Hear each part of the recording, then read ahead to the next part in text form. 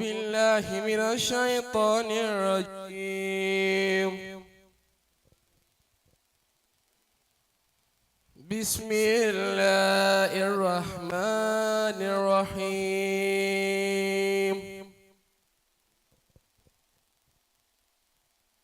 إنا فتحنا لك فتحا مبينا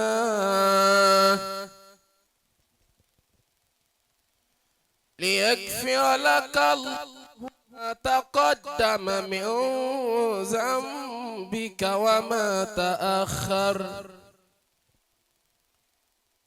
ويتم نعمته عليك ويهديك صراطا مستقيما وينصرك الله نصرا عزيزا. هو الذي أنزل السكينة في قلوب المؤمنين ليزدادوا إيمانا مع إيمانهم ولله جنود السماوات والأرض وكان الله عليما حكيما. ليدخل المؤمنين والمؤمنات جنات تجري من تحتها الأنهار خالدين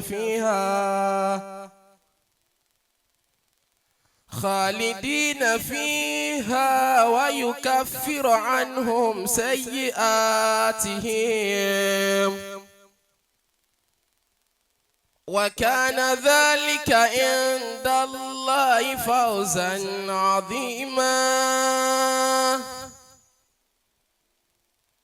ويعذب المنافقين والمنافقات والمشركين والمشركات الظانين بالله ظن السوء عليهم دائرة السوء وغضب الله عليهم ولعنهم وأعد لهم جهنم وساءت مصيرا. ولله ملك السماوات والأرض ولله جنود السماوات والأرض وكان الله عزيزا حكيما. إنا أرسلناك شاهدا ومبشرا ونذيرا لتؤمنوا بالله ورسوله وتعزروه وتوقروه وتسبحوه بكرة وأصيلا. إن الذين يبايعونك إنما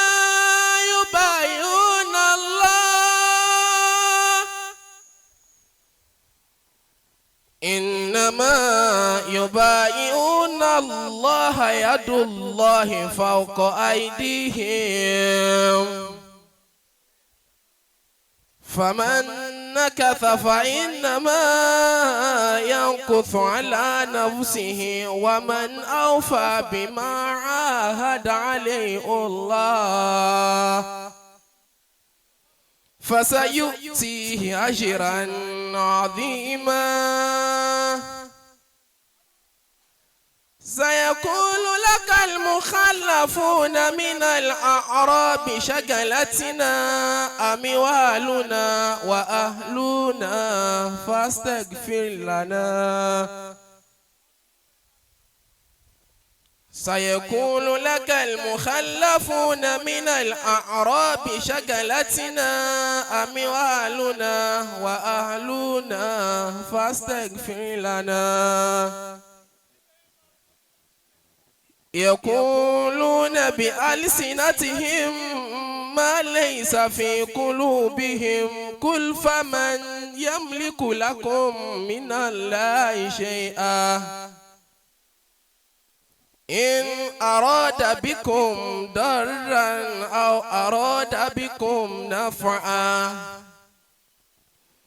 بل كان الله بما تعملون خبيرا بل ظننتم أن لن ينقلب الرسول والمؤمنون إلى أهليهم أبدا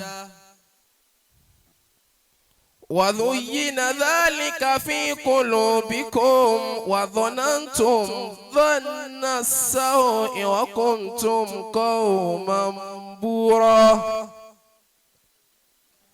ومن لم يؤمن بالله ورسوله فإنا أعتدنا للكافرين سعيرا ولله ملك السماوات والأرض يغفر لمن يشاء ويعذب من يشاء وكان الله غفورا رحيما.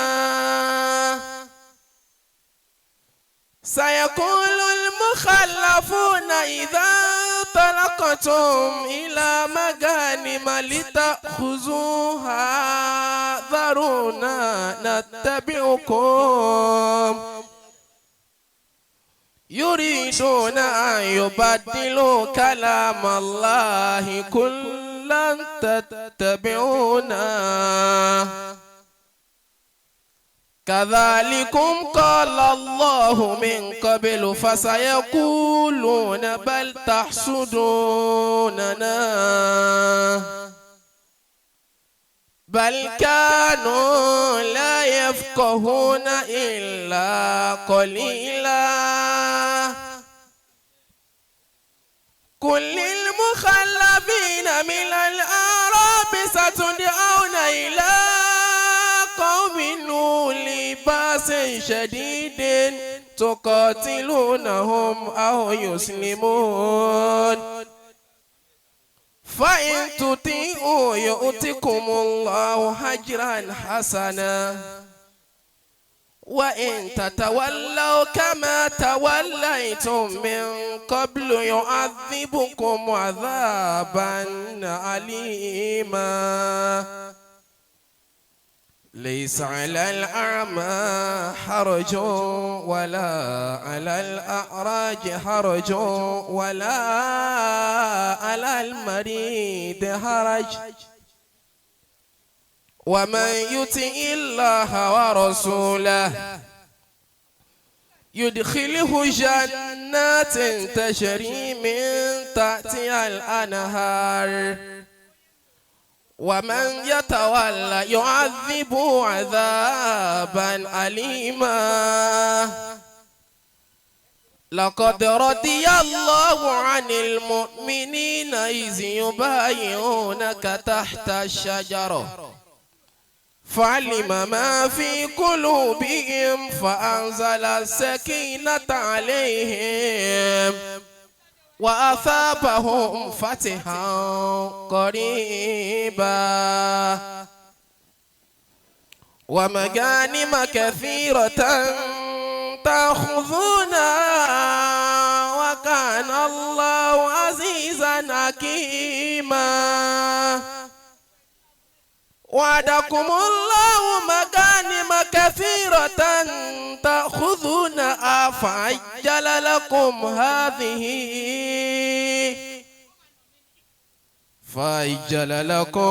هذه وكف أيدي الناس عنكم ولتكون آية للمؤمنين. ولتكون آية للمؤمنين ويهديكم صراطا مستقيما. صدق الله العظيم. أكبر.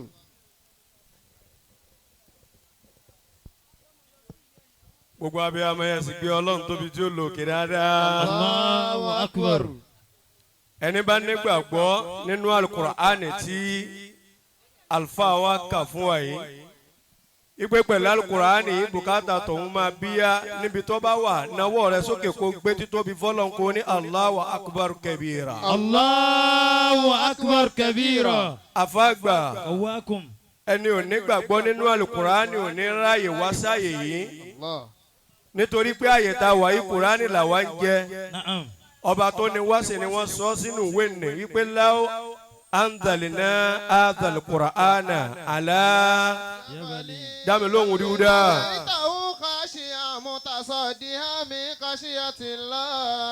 olúwa ni wọ́n wí báwọn nì. law anzalna hadhal qur'ana ala jabalin. kò sí bí bùkátà rẹ ṣe léwu kó tóbi tó tá a bá sọ kúrẹ́ánù kalẹ̀ tí ò ní sọ ọ́ di pẹ̀tẹ́lẹ̀. àfa lára haita wo.